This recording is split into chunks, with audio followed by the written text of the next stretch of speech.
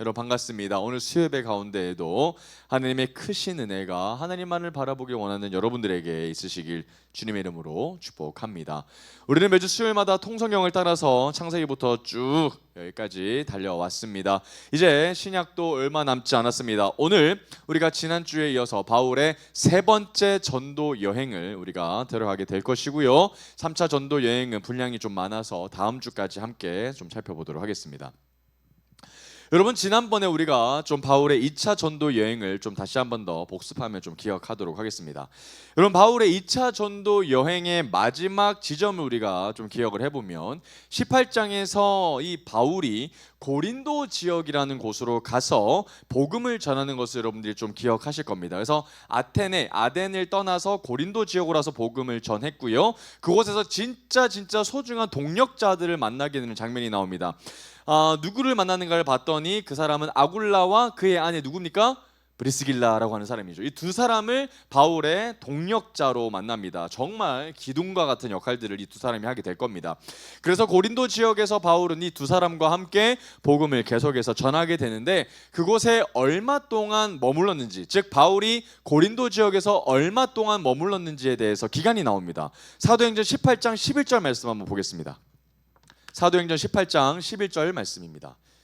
자, 1년 6개월을 머물며 몇 달 동안 있었던 거예요? 18개월 있었던 거예요. 그래서 1년 6개월 정도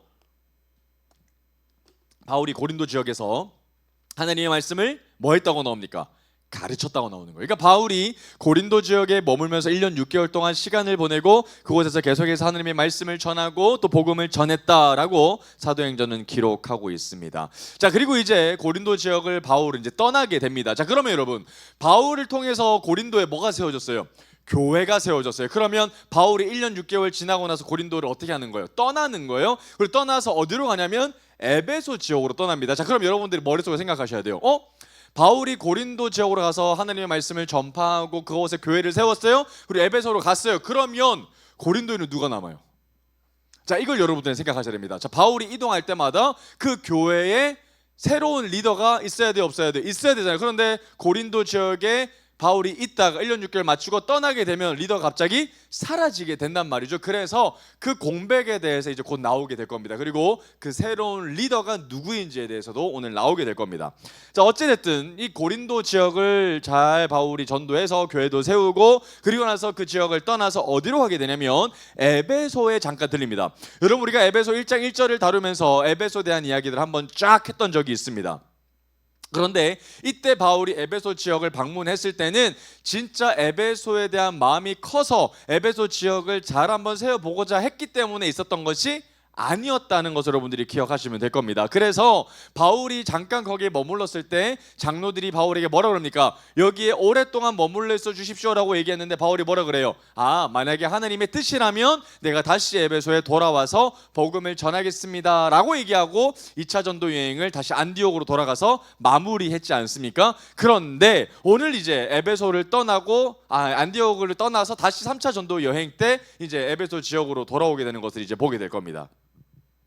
자, 그러면 바울이 1차 끝났고 2차 끝났고 이제 3차 전도 여행을 시작할 겁니다. 3차 전도 여행의 주된 목적이 있어요. 3차 전도 여행의 목적은 1차 전도 여행과 2차 전도 여행 때 세워놨던 교회를 다시 뭐 하는 걸까요?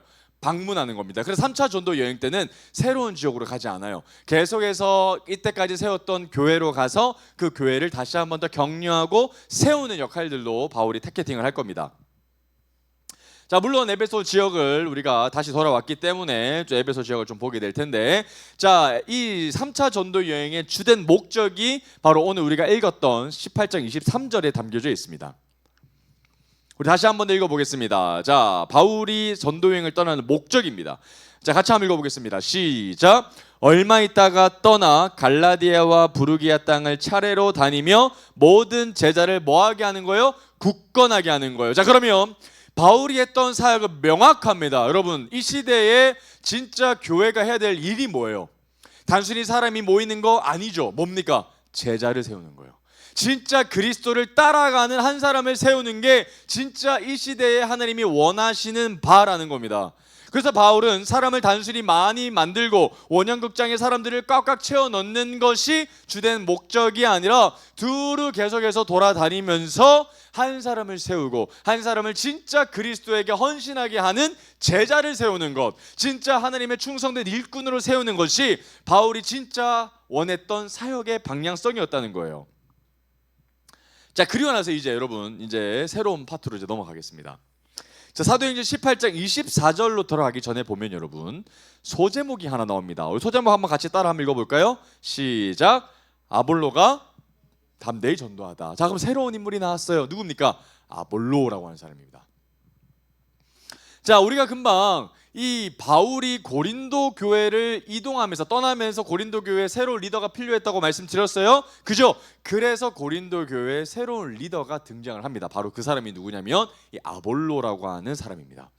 자, 18장 24절 25절 보겠습니다. 자, 고린도 교회에 새로운 목사님이 오시는데 사도행전 18장 24절 25절입니다. 자, 알렉산드리아에서 난 아볼로라 하는 유대인이 에베소에 이르니 에베소라고요? 고린도 교회가 아니라 에베소라고요? 자, 이유가 있습니다. 고린도 교회로 먼저 간 게 아니라 에베소로 먼저 갑니다.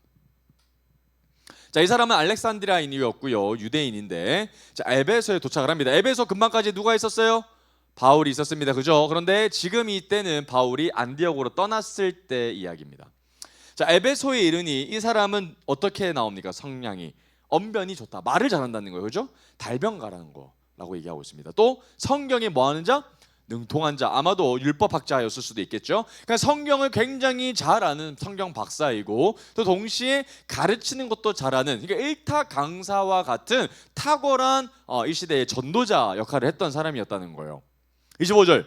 그가 일찍이 어떤 걸 배웠다고요? 주의 도입니다. 예수의 길을 배웠다는 거예요. 예수의 길을 배워서 열심으로 예수에 관한 것을 자세히 말하며 가르쳤다라고 나옵니다. 그럼 이 사람은 지금 오늘날 말하면 어떤 사람이에요? 전도사, 목사 이런 사람 얘기할 수 있겠죠. 그러니까 하나님 앞에 충성된 일꾼으로 살아가서 평생을 예수를 증언하고 전달하는 사람으로 살아가는 사람이 지금 이 아볼로라는 것을 보게 됩니다. 아볼로가 지금 전도하는 지역은 어디입니까? 에베소라는 거예요. 그죠? 에베소, 지금 터키 이즈밀에 해당되는 땅, 그 에베소에서 복음을 막 전하기 시작했다는 겁니다. 아볼로가. 자, 그런데 문제가 있어요. 아볼로의 결정적인 문제가 뭔가 봤더니 마지막에 이렇게 나옵니다. 뭐라고 나옵니까? 이 자는 뭐만 알고 있대요? 요한의 세례만 알고 있대요. 여기서 말하는 요한은 누굴까요? 세례 요한입니다. 그러니까 지금 이 아볼로라고 하는 사람은 이 신약이 처음 시작됐을 때 세례 요한이 베풀었던 이 물 세례까지만 세례에 대해서 이해를 하고 있지, 그 뒤에 무엇인가 새로운 것에 대해서는 전혀 알지 못하고 있다는 겁니다. 자, 그러면 이 아볼로가 더 새롭게 알아야 될 세례는 어떤 세례입니까? 어떤 세례일까요? 예수님께서 가르쳐 주신 성령 세례입니다. 그러니까 지금 이 아볼로가 얘기하고 있는 이 세례는 요한이 주고 있었던 물 세례였고, 그리고 지금 이 아볼로가 얘기를 새롭게 배워야 하는 이야기는 예수님께서 우리에게 알려주신 세례, 이를 우리가 지금 이 아볼로가 알아야 된다는 것을 알게 됩니다. 어떤 세례인지 한번 보겠습니다. 마태복음 28장 19절로 한번 가보겠습니다. 마태복음 28장 19절.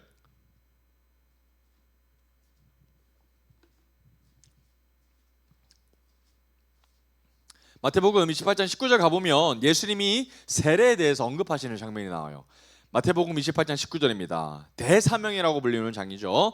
자, 그러므로 너희는 가서 모든 민족을 제자로 삼아, 자, 동그라미 쳐볼까요? 아버지와 그리고 아들과 그 다음에 성령의 이름으로 뭘 베풀어? 세례를 베풀어야 되는 거예요. 그러니까 요한이 단순히 베풀었던 세례 물 의식만이 아니라 이제 세례 베풀 때는 어떤 힘으로 해야 되는 거예요? 성부 하나님과 성자 예수님과 성령 하나님의 이름으로 뭘 베풀어야 돼요? 세례를 베풀어야 되는 거예요. 그리고 이걸 몰랐던 겁니다, 아볼로는. 그래서 계속해서 세례 요한이 베풀었던 것처럼 그냥 물 세례만 하고 있었던 거예요. 그런데 뭐가 중요한 거예요? 이름을 선포하는 게 중요한 거예요. 성부 하나님과 성자 예수님과 성령 하나님의 이름으로 세례를 주노라. 지금도 이렇게 하죠. 그래서 지금도 하는 것처럼 그 이름이 선포되는 것을 아볼로가 몰랐던 거예요. 자, 그러면 이 모르는 상태에서 고린도 교회 가면 돼요, 안 돼요? 안 되죠. 올바르게 알아야 됩니다. 아직 뭔가 부족합니다. 자, 그때에 이 아볼로의 연약한 사정을 알고 아볼로를 친히 도와주는 사람이 있습니다. 자, 그 사람이 누군가 보겠습니다. 18장 26절입니다. 사도행전 18장 26절 다시 돌아오면 누가 등장합니까? 그가 회당에서 담대히 말하기 시작하고는 아볼로가 말하기 시작했다는 거예요. 그런데 그 아볼로가 말하는 하나님의 말씀을 듣고 있었던 사람이 있어요. 그 사람이 누굽니까? 바로 브리스길라와 아굴라라는 사람이에요. 아덴을 떠나서 고린도에서 만났던 바울의 동력자인 브리스길라와 아굴라가 에베소에서 말씀을 전파하고 있는 아볼로의 설교를 듣고서 이거는 뭔가 우리가 티칭해 줘야 될 것 같은데, 야, 이거는 뭔가 좀 부족하다, 아직 바울의 이야기들 잘 못 들었구나 하면서 어떻게 합니까? 듣고 데려다가 하나님의 도를 더 정확하게 뭐 해줘요? 가르쳐 줍니다. 여러분, 브리스길라와 아굴라는 누구한테 말씀을 배웠어요? 바울에게 배웠습니다. 그래서 바울에게 배웠던 그 말씀의 핵심과 올바른 이야기들을 아볼로에게 뭐하고 있어요? 다시 전수하고 있는 거예요. 제대로 알아야 돼. 왜? 예수 그리스도께서 끝까지 하셨던 사역을 알아야만 그 세례가 완벽한 의미가 있는 거야 라고 얘기를 해줬겠죠. 아마도 아볼로는 예수님에 대해서 알았고 예수님에 대해서 제자도도 알았지만 뭐는 몰랐다? 예수님의 마지막 말씀이셨던 그 마지막 사역적인 부분들은 아볼로가 배우지 못했던 것입니다. 자, 그래서 브리스길라와 아굴라가 아볼로에게 친히 선생님이 되어주셔서 말씀을 잘 배웠다라는 거예요. 자, 그래서 아볼로가 이제 무장이 됐습니다. 그죠? 에베소에서 말씀을 전해보기도 해봤고, 그리고 더 완벽한 복음으로, 온전한 복음으로 이제 배우기도 했습니다. 자, 그럼 이제 어떻게 됐느냐? 이제 어디로 가야 돼요? 고린도로 가야 돼요. 고린도에 리더가 없기 때문에 그렇습니다. 제가 27절 보겠습니다. 자, 아볼로가 아가야로 건너가고자 함으로써 아가야 동그라미. 자, 아가야가 어디냐? 아가야의 대표적인 도시가 바로 이 고린도입니다. 그러니까 아가야는 지역이거든요. 그러니까 아볼로가 지금 어디로 가는 거예요? 고린도로 가는 거예요. 고린도 땅으로 가고 있는 겁니다. 자, 아볼로가 고린도 땅으로 건너가고자 함으로 형제들이 그를 격려하며 제자들에게 편지를 써 영접하라 하였더니 그가 가매 은혜로 말미암아 믿은 자들에게 많은 유익을 주니 이는 성령으로서 예수는 그리스도라고 증언하여 공중 앞에서 힘있게 유대인의 말을 이기미러라 라고 얘기했습니다. 말씀 보면 어떤 이야기입니까?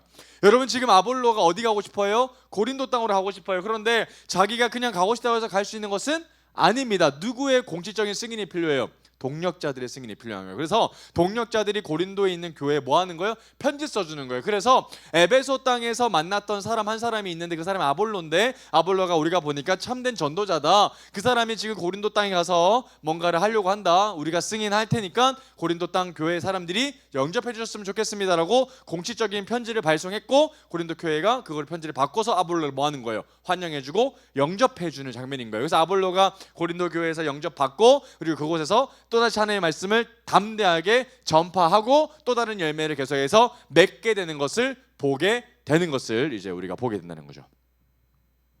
자, 그리고서 19장 1절 보겠습니다. 자, 그럼 딱 나와. 이제 이가 됩니다. 아가야 지역으로 넘어가서 딱 도시 한 군데 가는데 거기가 어디입니까? 19장 1절 아볼로가 어디에 있을 때?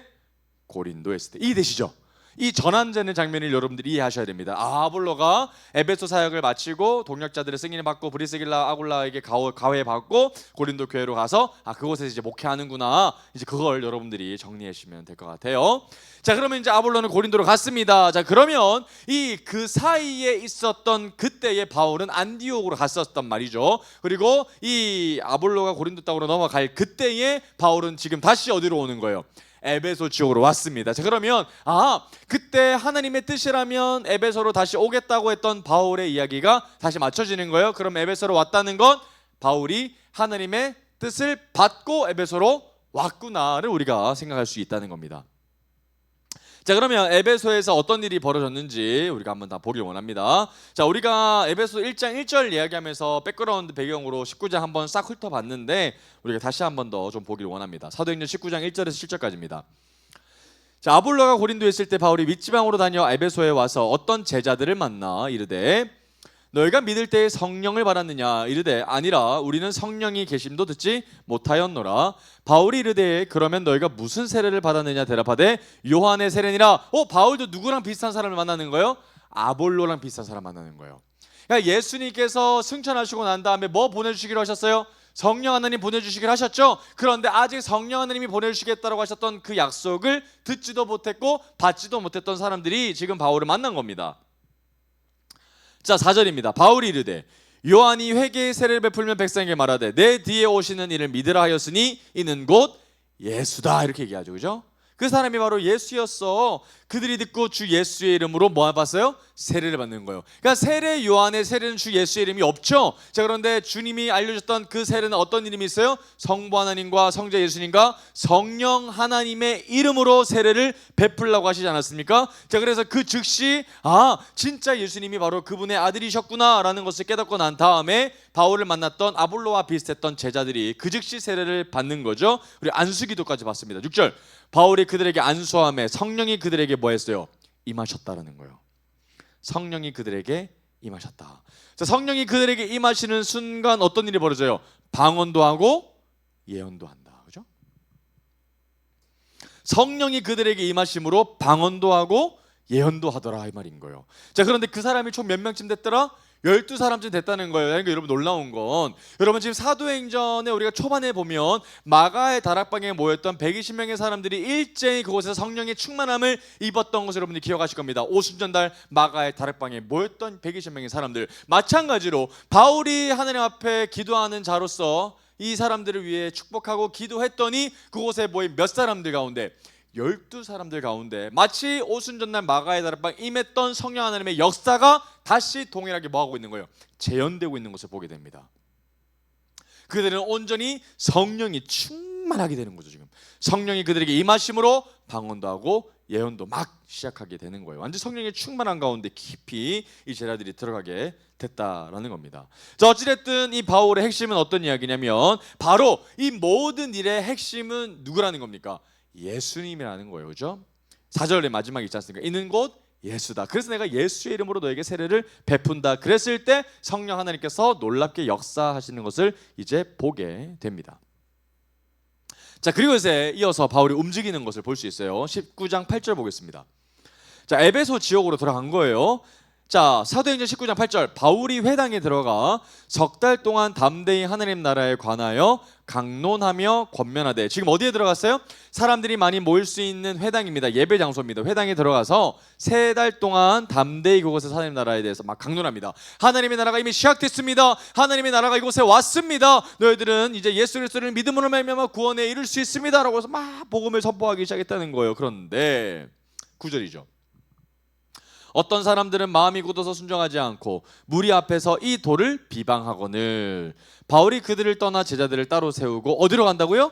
두란노 서원으로 가서 날마다 그곳에서 하나님의 말씀을 가르쳤다라는 겁니다. 그러니까 회당에 들어갔을 때는 바울의 가르침을 동조하지 못하고 비판하고 정죄하는 사람들이 있었다는 거예요. 바울은 거기에 주눅들지 않고 어디로 옮깁니까? 두란노 서원으로 가서 계속해서 그곳에서 복음을 또다시 가르치고 전하고 제자들을 또 세우고 있는 것을 좀 보게 됩니다. 자, 10절입니다. 자, 두란노 서원에서 몇 년 동안 있었는가? 19장 10절, 몇 년 동안? 2년 동안 있었던 거예요. 길게 있었죠? 자, 2해 동안 이같이 하니 아시아에 사는 자는 유대인이나 헬라인이나 다 주의 말씀을 듣더라. 그러니까 여러분 지금 회당에서는 잘 안 됐었는데 두란노 서원으로 이동하자마자 유대인이든지 헬라인이든지 종이든지 주인이든지 노예든지 상관없이 부자이든지 가난한 자든지 남자든지 여자든지 정치에 이색과 색깔과 상관없이 모든 사람이 한 자리에 모여서 예배했다라는 거예요. 누구 이름으로 한 사람 이름으로 모인 사람들이죠. 예수의 이름으로 모인 한 그룹이 됐다는 거예요. 한 공동체가 됐다는 거예요. 바로 예수의 이름 때문에 한 공동체가 될 수 있었던 겁니다.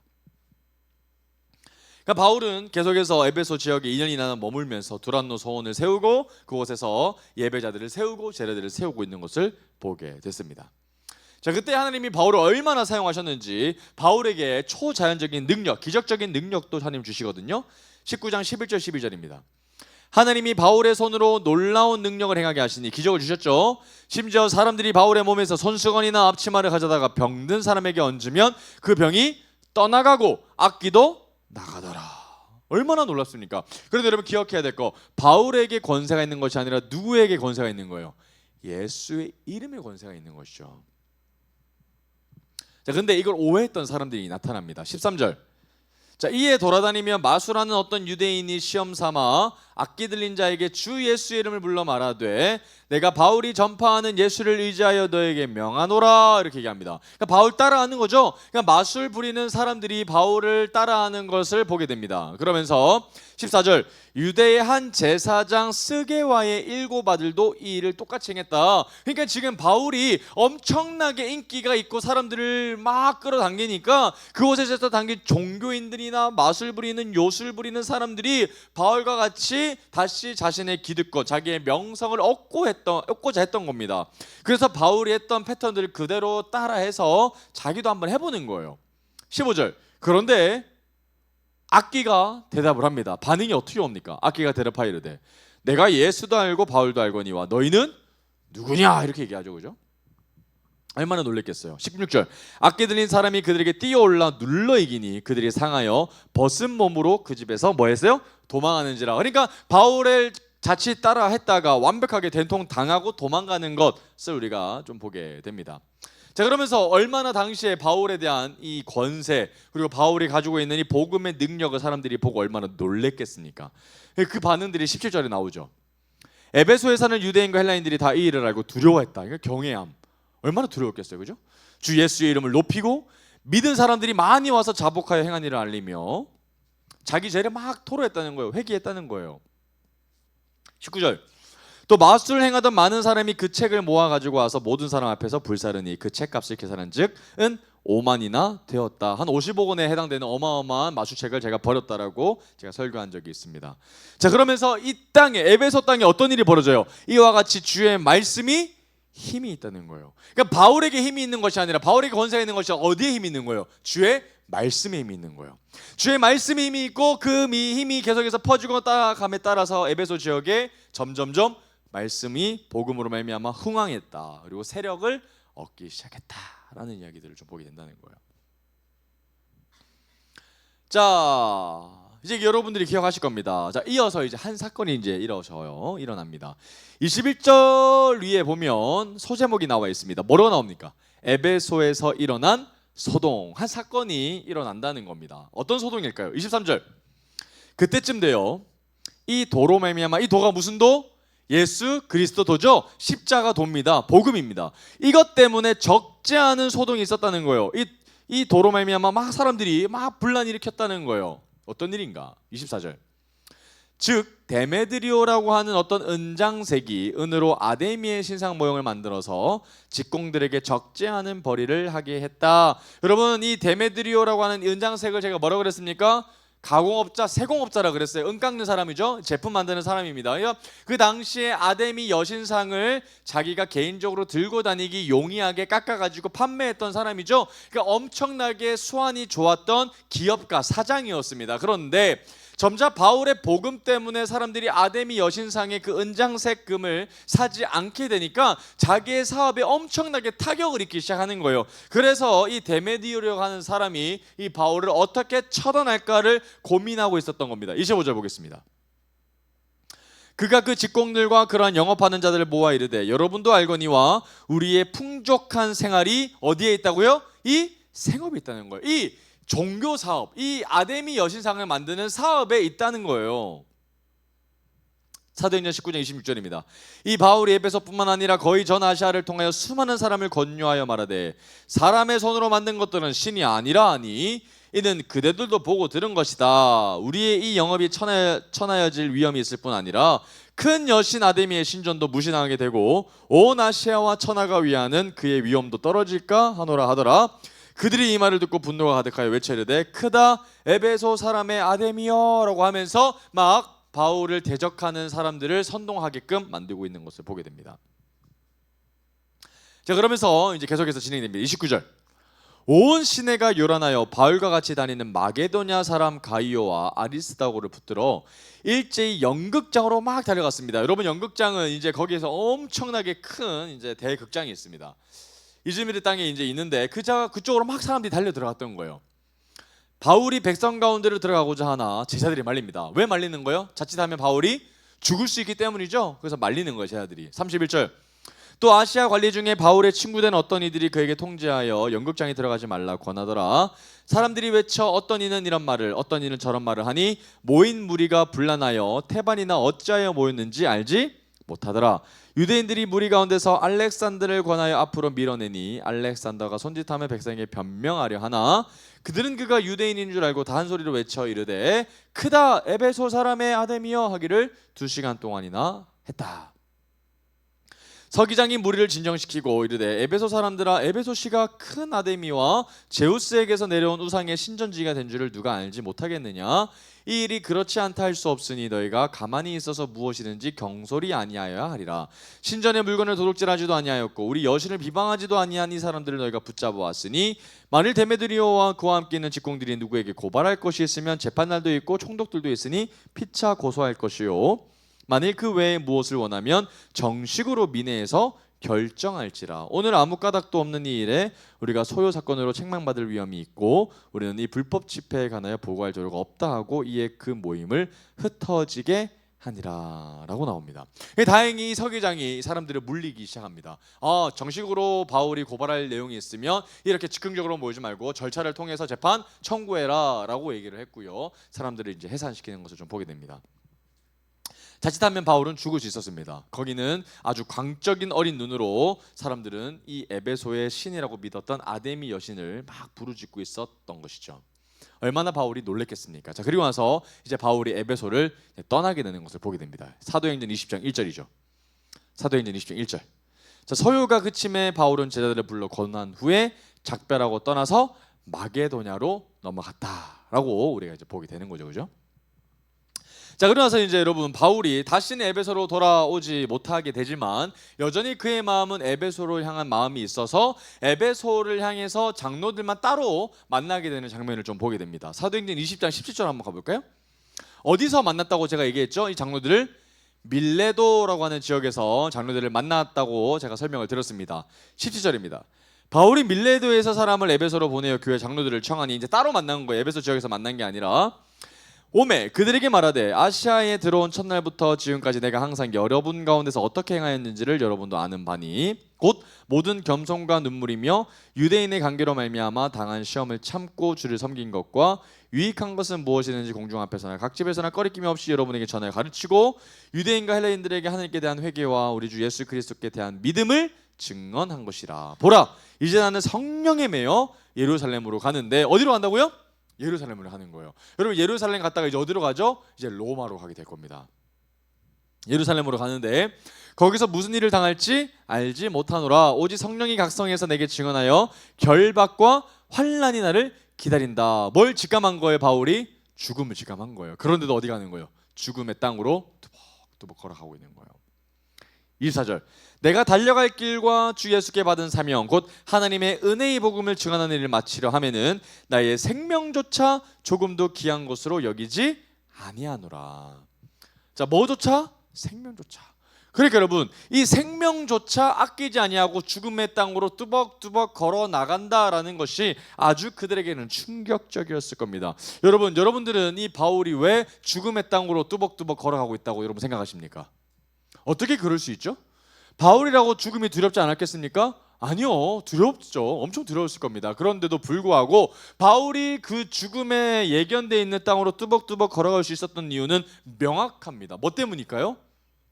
부활 때문이에요. 이 땅이 영원한 것이 아니라 우리에게 뭐가 기다리고 있어요? 죽음으로 끝나는 인생이 아니라 반드시 우리는 부활한다는 거예요. 여러분 우리가 부활한다고 하면 죽음을 두려울 필요 있어요? 없어요? 없는 겁니다. 인생이 다시 한 번 더 리스폰 되면 뭐가 죽음이 두렵겠습니까? 그 바울은 죽음을 앞두고서도 전혀 두려워하지 아니하고 부활할 것은 믿음으로 말미암아 죽음의 땅으로 한 걸음 한 걸음 내딛는 것을 보게 된다는 거예요. 25절 보라 내가 여러분 중에 왕래하며 하나님의 나라를 전파하였으나 이제는 여러분들이 다 내 얼굴을 다시 보지 못할 줄 아노라. 마지막이라는 거예요. 나 죽는다는 거예요. 그러므로 오늘 여러분에게 증언하거니와 모든 사람의 피에 대하여 내가 깨끗하니 이는 내가 꺼리지 않고 하나님의 뜻을 다 여러분에게 전하였습니다. 여러분은 자기를 위하여 또는 온 양떼를 위하여 삼가라. 성령이 그들 가운데 여러분을 감독자로 삼고 하나님이 자기 피로 사신 교회를 보살피게 하셨느니라. 내가 떠난 후에 사나운 이리가 여러분에게 돌아와서 그 양떼를 아끼지 아니하며 또한 여러분 중에서도 제자들을 끌어 자기를 따르게 하려고 어그러진 말을 하는 사람들이 일어날 줄을 내가 아노라. 여러분, 놀랍게도 그리스도를 믿는 사람들에게 기다리고 있는 것은 복이 아니라 뭡니까? 환난과 고난이라는 걸 바울이 미리 알려줍니다. 미리 알려주는 거예요. 감당을 할 수 있게끔 말입니다.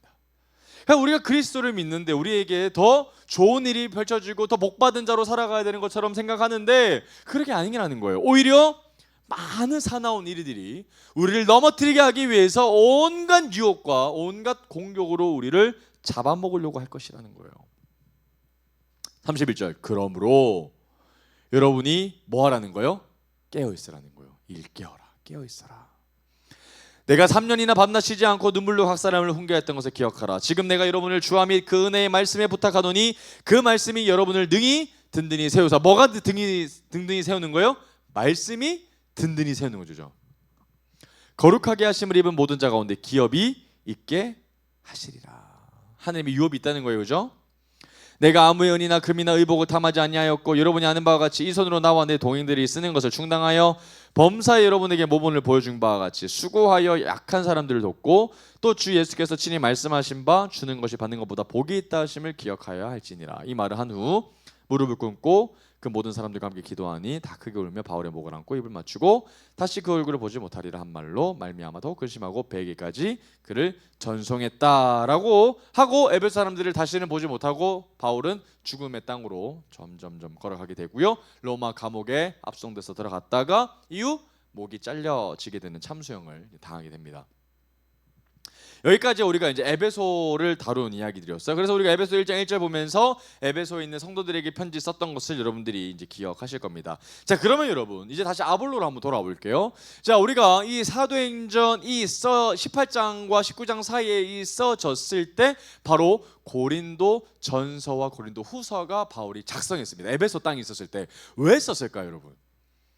자, 여러분 지금 이 2차 전도 여행이 끝나고 나서 지금 이 바울은 고린도 교회를 다시 방문할 계획을 가지고 있습니다. 그리고 바울은 분명 2차 전도 여행 때 고린도 지역을 떠나서 어디로 갔어요? 에베소로 갔어요. 그리고 고린도 땅에 사라졌어요, 이 리더가. 그리고 리더가 사라졌을 그 틈에 누가 다시 리더로 파송받아 간 거예요? 아볼로가 파송받아 간 거예요. 그런데 에베소 지역에서 바울이 뭘 쓴 거예요? 고린도 전서와 후서를 썼다는 거예요. 누구 교회를 향하여 쓴 편지예요? 고린도 교회를 위해서 쓴 편지입니다. 그러면 이 사이에 어간에 무슨 일이 있었던 걸까요? 바로 아볼로라고 하는 이 고린도 교회 새로운 목회자가 바울을 찾아와요. 그리고 이렇게 얘기합니다. 바울이요, 나 이제 목회 못하겠다고. 고린도 교회가 너무 힘들다. 나 이제 목회 못하겠다. 나 사역 이제 못하겠다. 나 그만둬야 되겠다. 이런 식으로 굉장히 어려운 이야기들에 대해서 이야기를 합니다. 그럼 바울이 어떻게 했을까요? 그때부터 편지를 쓰는 거예요. 어떤 이야기를 했을까요? 고린도 교회의 문제점에 대해서 하나하나 언급하고 설명해 줄 겁니다. 너희들이 이런 문제 있는 거 내가 안다. 그러면서 이때는 어떻게 해야 된다 하면서 친절하게 다 설명해 줄 겁니다. 그게 우리가 살펴보게 될 이제 고린도 전서 후서에 대한 이야기입니다.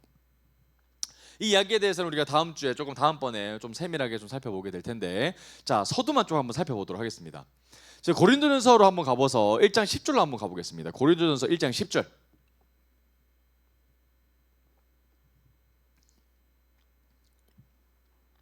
자, 고린도전서 1장 10절 한번 보겠습니다. 10절 위에 보면 소제목이 나와 있어요. 뭐라고 나와 있어요?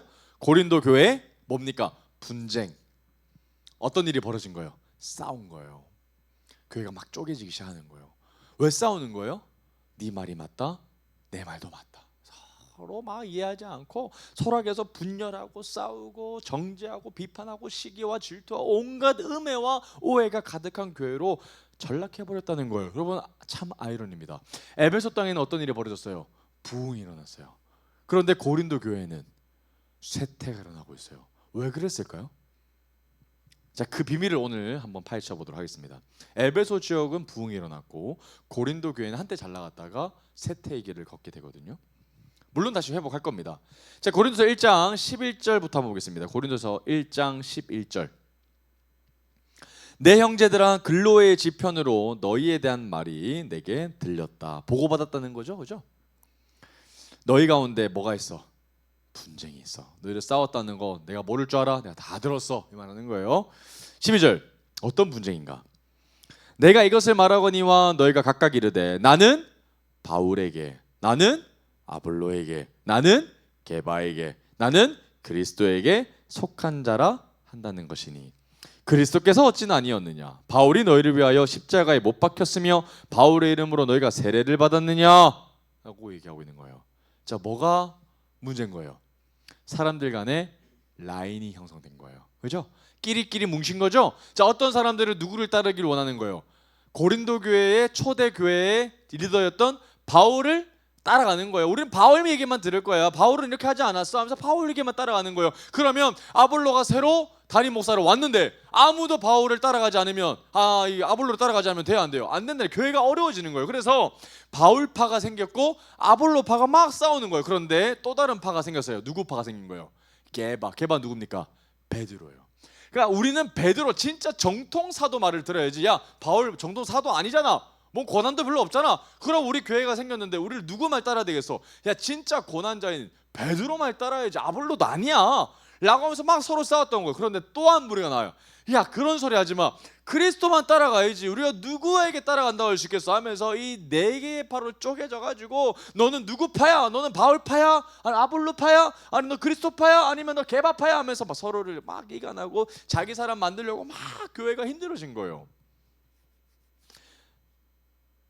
이들의 싸움의 핵심은 뭡니까? 누구에게 속했느냐 이겁니다. 너 누구 편이야 이거예요. 여러분, 이런 일들은 오늘날에도 일어납니까? 안 일어납니까? 충분히 일어납니다. 실제로 이런 일 때문에 교회가 쪼개어지고 교회가 문 닫기도 합니다. 쉽게 말해서 교회 안에 당파가 형성된 거예요. 당파가. 에베소서를 보면 에베소의 지역에는 말씀이 흥황하고 있는데 고린도 교회는 말씀이 죽어가고 있는 거예요. 자, 그러면 고린도 전서를 우리가 어떻게 이해하면 될까요? 고린도 전서는 딱 한마디로 정의하면 어떤 편지일까요? 복음으로부터 멀어진 고린도 교회를 다시 세우기 위한 지침서가 바로 고린도 전서입니다. 복음으로부터 멀어지는 교회를 다시 십자가의 복음으로 회복하게 하는 이야기가 바로 고린도 전서인 것이죠.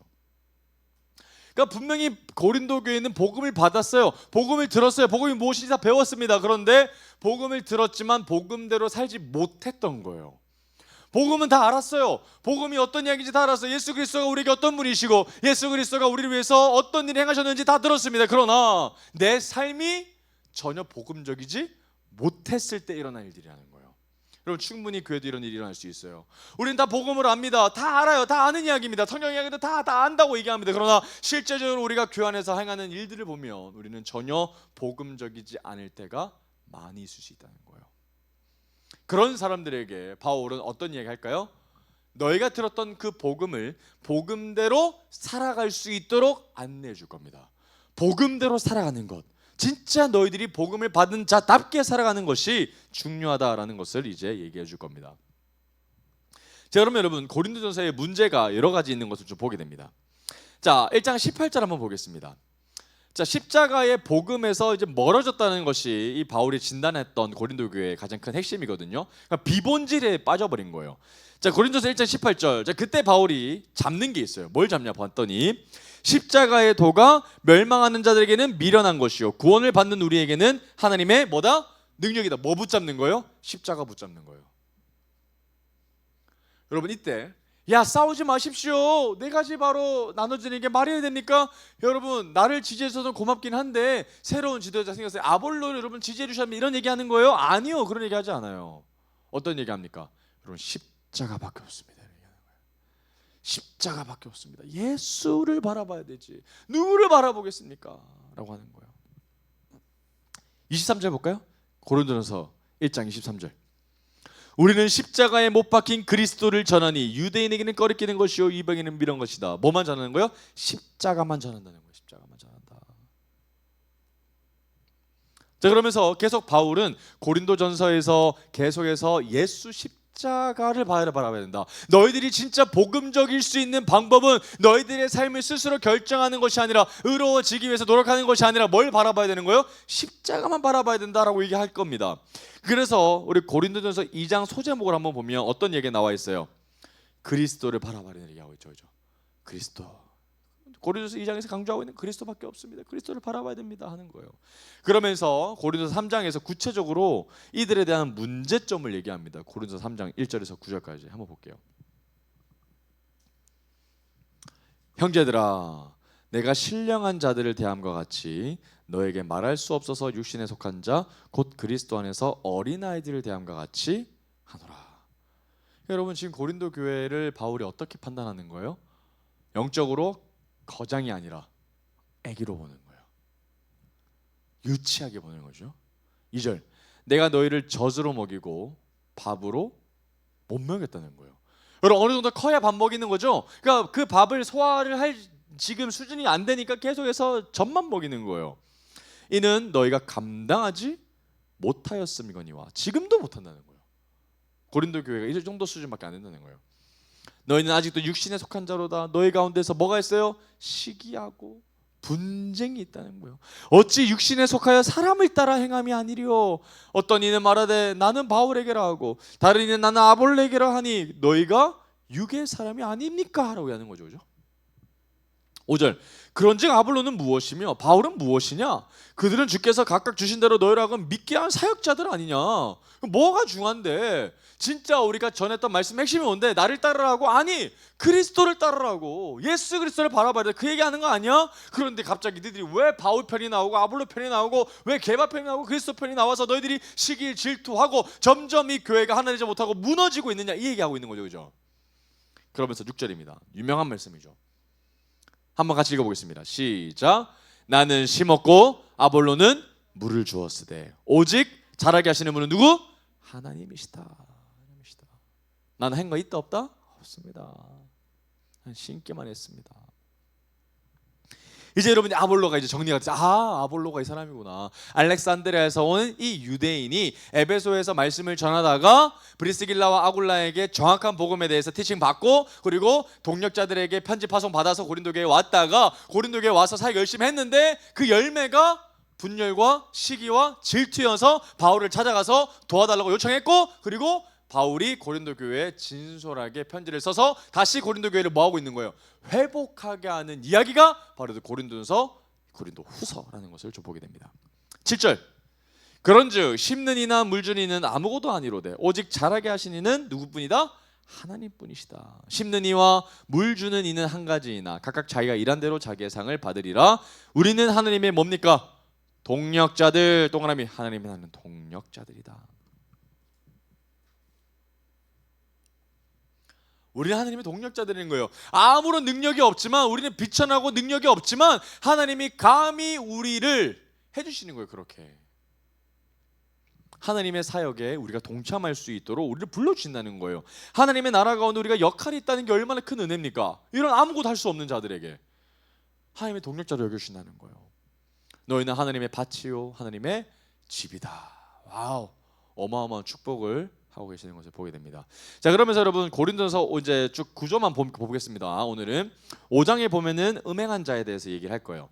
고린도 교회 안에 있었던 이제 거룩하지 못한 사람들에 대해서 이렇게 해야 된다. 6장에서는 자기들끼리 막 법적으로 고소하는 거예요. 그래서 이 교환에서 고소하는 문제에 대해서 어떻게 다뤄야 되는지 좀 알려주고 7장에서는 결혼 문제에 대해서 이야기할 거고요. 8장부터 9장 10장까지는 우상 제물에 대해서 아주 적나라하게 얘기를 할 겁니다. 우리 고린도서 11장에서는 성찬식에 대해서 이야기를 할 거고요. 그리고 고린도서 12장으로 가보면 은사에 대한 이야기가 나옵니다. 그러니까 이런 이야기를 하는 이유가 계속해서 분열과 이 시기 질투로 말미암아 교회가 무너지는 것을 다 방지하고자 교회를 세워가기 위한 지침들을 계속해서 바울이 제시해주고 있는 거예요. 그런데 놀랍게도 여러분, 바울이 이렇게 고린도 전서를 써서 편지를 써서 보냅니다. 그러면 고린도 교회는 어떻게 해야 돼요? 받고 순종하고 기쁨으로 교회를 회복해야 되죠. 그런데 그러면 고린도 후서가 있을까요? 없을까요? 없어요. 여러분 기억하세요. 후서가 있다는 건 말을 잘 안 들어서 추가적으로 뭔가를 써야 했기 때문에 써진 거예요. 그래서 고린도후서에 두 편의 편지가 있습니다. 고린도전서가 한 편지고요, 고린도후서가 두 개의 편지입니다. 자, 고린도후서에서는 어떤 얘기가 나오냐면 두 번째 편지 이런 얘기가 나와요. 네가 뭔데라는 얘기합니다. 너 사도 아니잖아.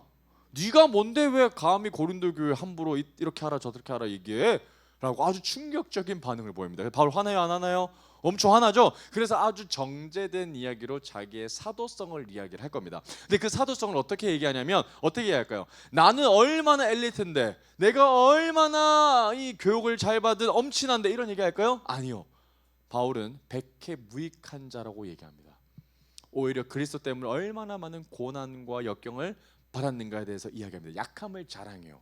그리고 그 사도성에 대해서 이야기를 하고 난 다음, 그리고 나중에 후에 이 바울이 이 세 번째 편지를 씁니다. 그 편지는 다행히도 고린도 교회가 두 번째 편지를 받고 회개했고 다시 회복했다라는 이야기를 듣고 바울이 기쁨으로 고린도 후서를 쓰는 장면이 마지막으로 세 번째 편지에 보이게 됩니다. 여기까지가 고린도전서와 고린도후서에 대한 이야기인데요, 우리가 다음번 시간에 고린도전서 후서를 조금 더 세밀하게 디테일하게 쪼개보면서 좀 이야기들을 좀 나눠보도록 하겠습니다.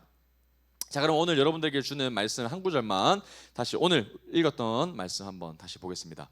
사도행전 18장 23절입니다.